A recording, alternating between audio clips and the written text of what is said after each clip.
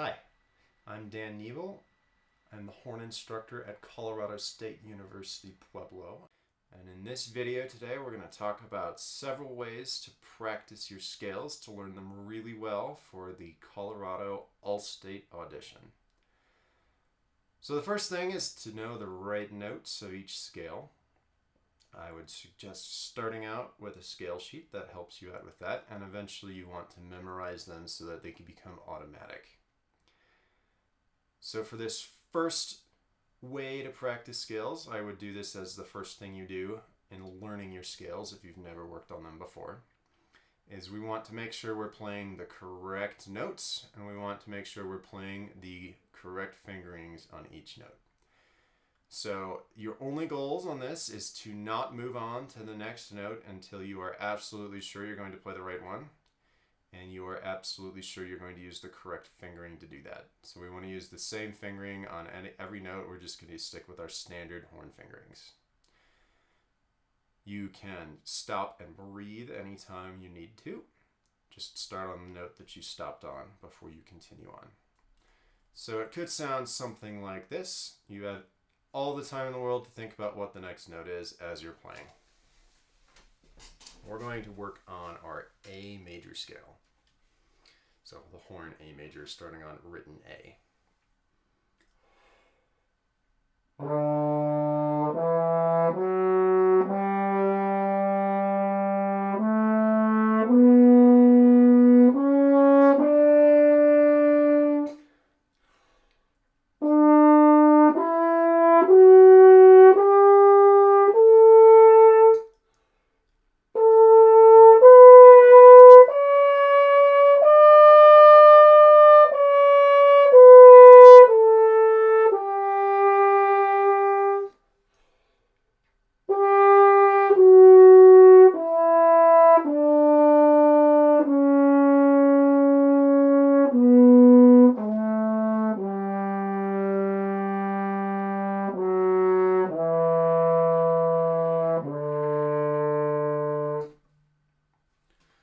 Of course, your goal is to start getting to the point where you're not having to think about what the next note is. You know what it is really quickly before you get there.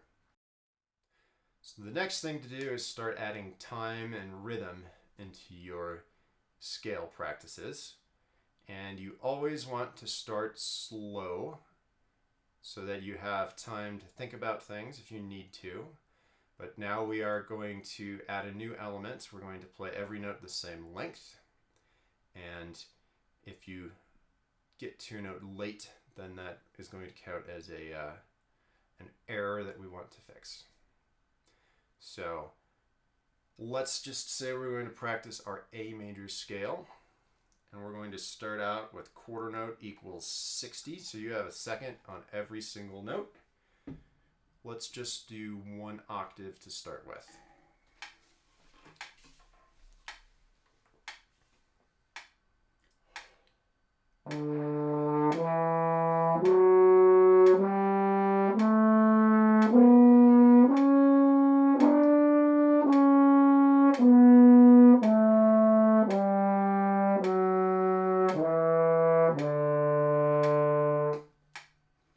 Nice job. Okay, so now we're going to do two octaves.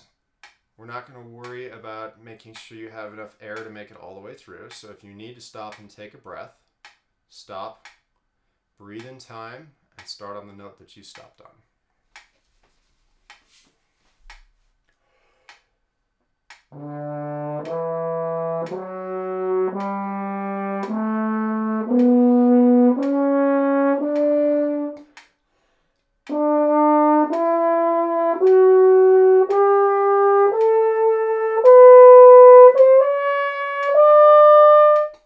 Since I missed that G sharp, I'm going to start on the A below that and try that again.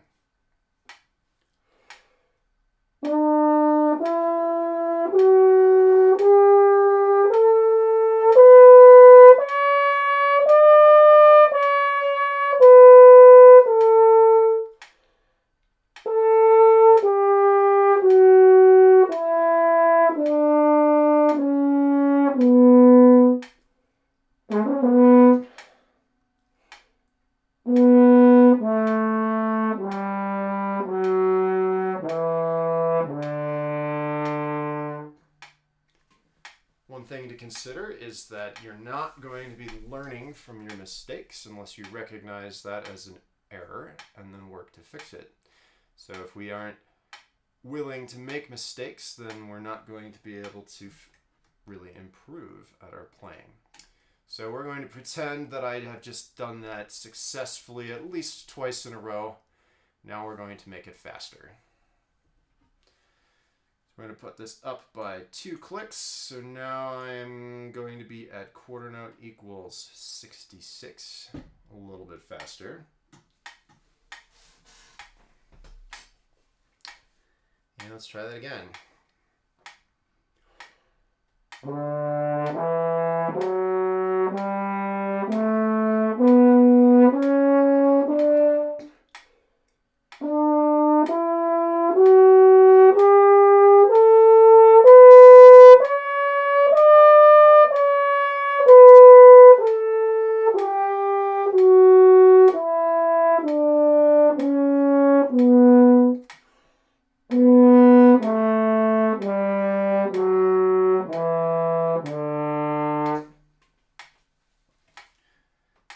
I think you'll find that once you've gotten that slow really well a few times, making it faster is actually not that difficult. So I work my way up by about 2 clicks on the metronome, so no more than 10 beats per minute faster each time. And let's just say we're going to work our way up to 120. So this is 120 for the quarter note, and the scale will be in quarter notes.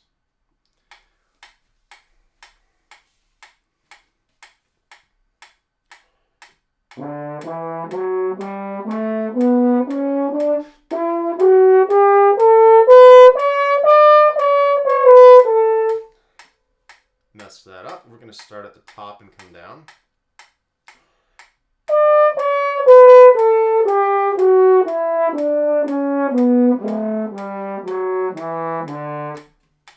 Now we're at the speed where I can probably try to make this in one breath.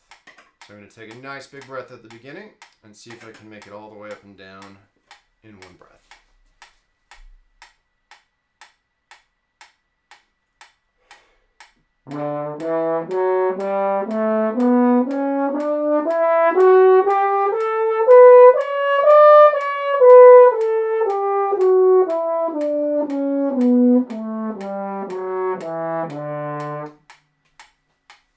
Yep. So once you start getting faster, you're going to want to start thinking about trying to be able to play your scales in one breath, because it makes it sound much better than having to stop and reset each time. Your teacher may expect you to play a slightly different rhythm or a slightly different articulation.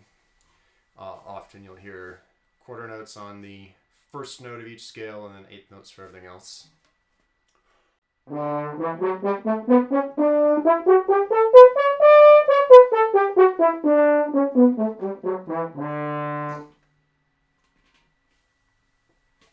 And eventually you want to get to the point where you don't have to use a metronome to make sure you're staying in time. And finally, one more tip for practicing your scales. I noticed this in many students, and I definitely noticed it in my own playing, and that is that I'm usually much worse at coming down on my scales than going up. And that's probably because we all started by practicing the way up, so we've got a lot more repetitions of that under our belt than coming down. So one way that I work on that is by playing my scales. Usually I do my scales 3 octaves. Most people in high school and early college would be expected to play all of their scales at least 2 octaves, and some of them 3. But what I'll do is I'll start at the top of the 2nd octave, play all the way down, all the way up to the top, and then all the way back down. So I get basically 2 repetitions of playing my scales down. So that would sound something like this.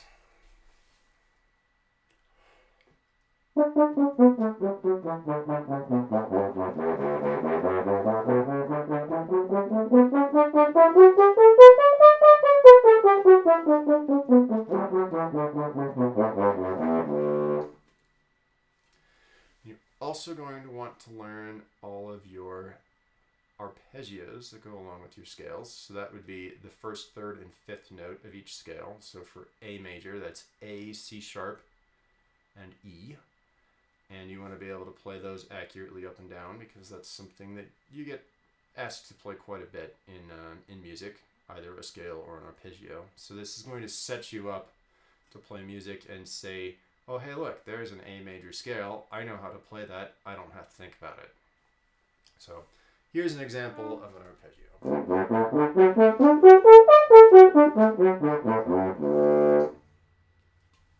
You're going to want to be doing that for all of your scales on all of your arpeggios, C major all the way up through G flat or F sharp major. Now if you're learning your minor scales are going to have a relative relationship to a major scale, meaning it has the same key signature if you go down a minor third. So in the key of C, we have no sharps or flats. Go down a minor third from C, and we hit an A. So the key of A minor has no sharps or flats. So a natural minor scale is just going to be A, B, C, D, E, F, G, A. It would sound something like this.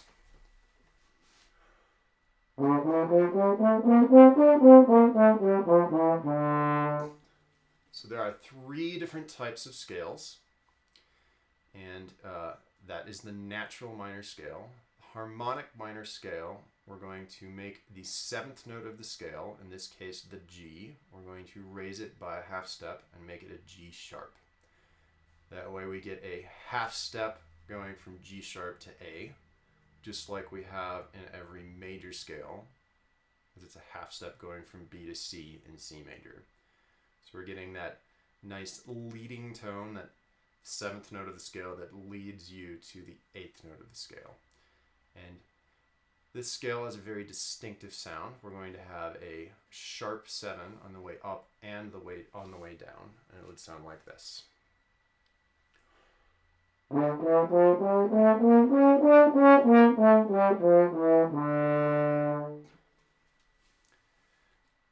So when you do that, you get an interesting little interval between the 6th note and the 7th note of the scale. In this case, we're going from F natural to G sharp, which is an augmented second. An augmented second is going to sound the same as a minor third. So it's kind of an awkward interval to see and sing or read or play. And in a minor scale, on the way up, we really like having that G sharp leading to A, or the 7th note being a sharp and leading to the 8th note or the 1st note of the scale. But that does create that augmented second, which is a little bit weird. So for our next type of scale, a melodic minor scale, which is usually used when you have a melody, the way up, you're going to raise both the 6th note and the 7th note of the scale. So we'll have F sharps and G sharps in an A minor scale. And on the way down, it's the same as a natural minor scale, because we're not worried about the 7th note of the scale going to the 8th note, because our 7th note is going back to the 6th. So that would sound something like this. Again, this is an A minor scale, an A melodic minor scale, with F sharps and G sharps on the way up, G naturals and F naturals on the way down.